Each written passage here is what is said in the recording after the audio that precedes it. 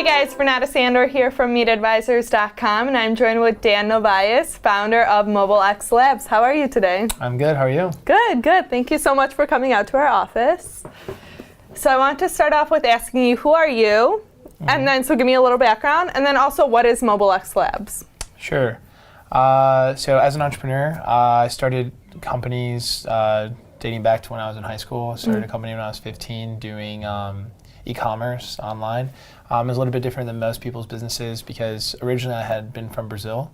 And essentially I started a business that was exporting like electronics and stuff overseas because there was like an arbitrage in the electronics. So I started this business with basically $1,000 when I was 15, and by the time I was 19 was doing a couple million in revenue.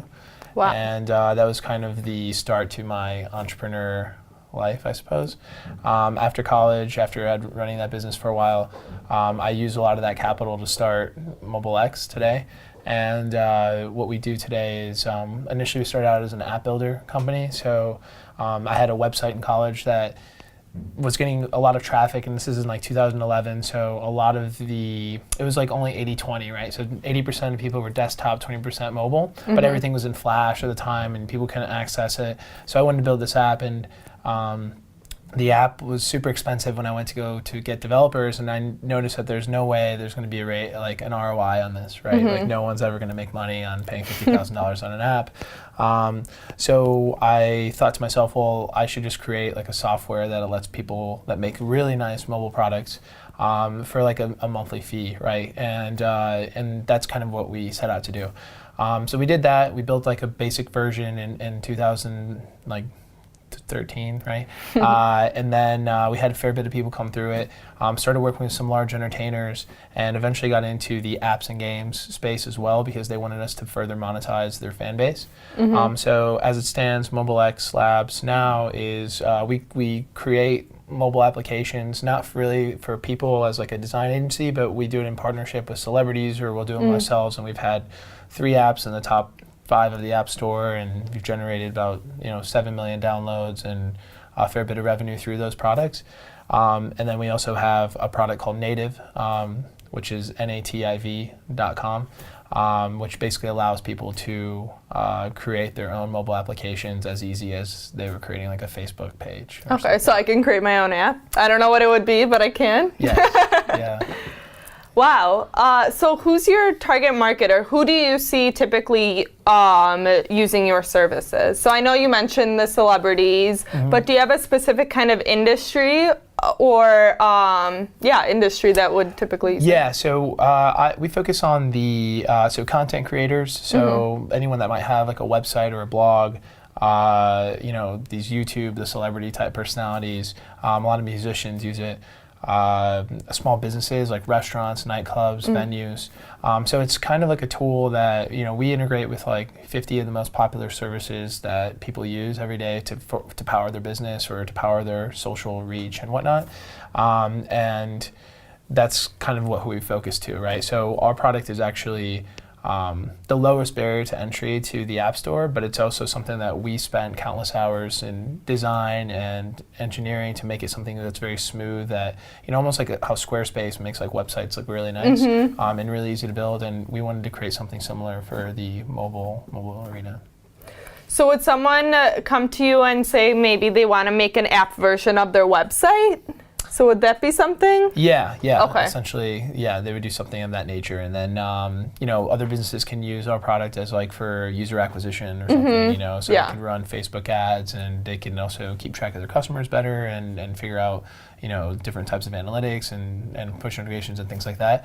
But our cost is like so significantly lower, because if you go to like an agency, it might cost you $20,000-$30,000 at the minimum to make like an app like that, and our base product starts as free, so it's much easier, and you can kind of do a test and and then we also help people like learn how to market their applications, since we've done a good job in doing that ourselves in the App Store. So great. So what are some of the challenges that you've faced growing this business and the business you started when you were 15, which is crazy and awesome? Yeah, I think that well, it's just different, right? Because it's different businesses, right? So when I was 15, that was like a business that I bootstrapped, right? And I was lucky to kind of be an entrepreneur early because I learned a lot of the stuff that people learn like towards the end. And it's not just stuff like, you know, how to do accounting and stuff, but it's also just like why you do things and the priorities that you have, right?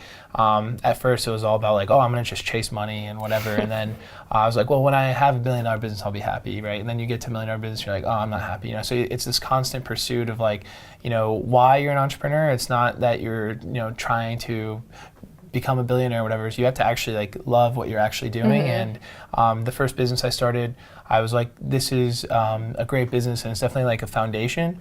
And it was, I look at it almost like a video game, right? If you go through level 1, you get your resources, and then you do level 2. But if you directly jump into level 18, like you're probably not going to make it, right? So that's how that first business was for me, right? And so when I got out of college, I was like, you know, I'm glad I did this, and it's been good money, but it's not like something that, you know, this isn't my life's work, right? And then I started this company, and I was like, I can affect a lot more people in this. And I'm not saying that this is like my end all be all, you know, I'll be done after this, but it's definitely like can affect a lot, like something larger, especially with the things that we have planned this year. So I think that it's just kind of one of the challenges that I feel like a lot of entrepreneurs face, and not even entrepreneurs, just people in general, is like, why am I doing this? Is this for the reasons that I actually want to do it for? And then you just have to like, you know, figure that out for yourself, right?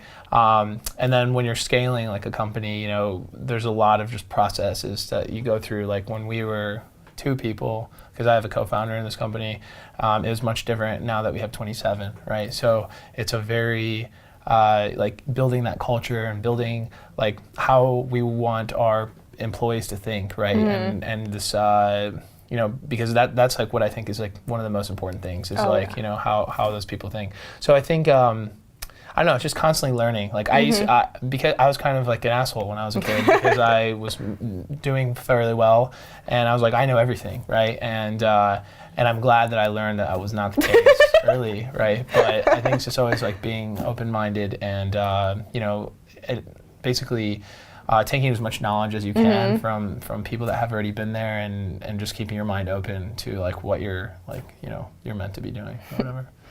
And so moving away from your challenges, what do you feel is one of your greatest accomplishments that you've had? One of my greatest accomplishments? Business related. Business related. You know, I don't know. I think that the idea, I probably like just starting so early, right? Because I feel like even I just turned 26 last month, and I feel like I have more experience than you know, someone that just kind of like, you know, I mean, I've graduated for 4 years now, so I guess now I feel sort of old. But the I feel like, you know, there's a lot of things that I'm used to in business because I've been doing entrepreneurship stuff. So a lot of like the bullshit that you do the first like 5 years that you don't really know, like I feel like I've been through it, right, a little bit. So my biggest accomplishment is just like always kind of just not really giving up, right? Because I think like people are almost there, right? And then they give up on their business just right too early, or they take too many no's and then their confidence is shattered, and then like their ego doesn't know how to deal with it. And then I've always been able to kind of just like, you know, take everything as like a positive, even if I failed, to be like, okay, I learned this lesson from this and go on to that. And I would probably, you know, put that up as to why I have been able to have some moderate success in the entrepreneur stuff I've done so far. Because I wouldn't have the company I have today and, you know, the investments that we've gotten today and the relationships if I had just given up, you know, when things didn't go right, especially like back right when you start. It's a very like traumatic, like, you know, depressing time because you're like constantly like, oh, today was great, and then you're like, I'm gonna kill myself today. You know, it's like literally so it's just a constant roller coaster of that. So, sticking with it. Yeah. So kind of wrapping things up, what is that one piece of advice that you would give to our community of entrepreneurs on Meet Advisors? Right.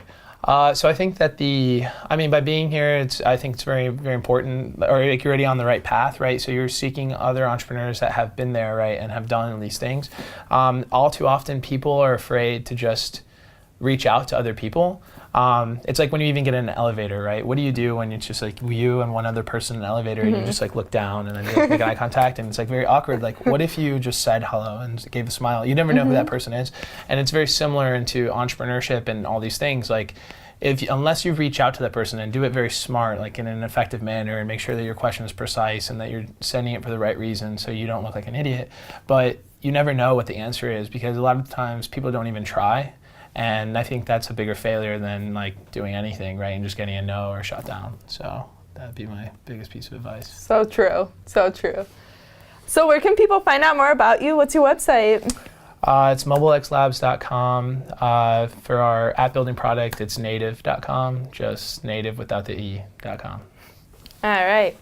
Well, guys, thank you so much for coming. And check out, for more videos and blogs, check out meetadvisors.com. Thank you. Thanks. Thanks.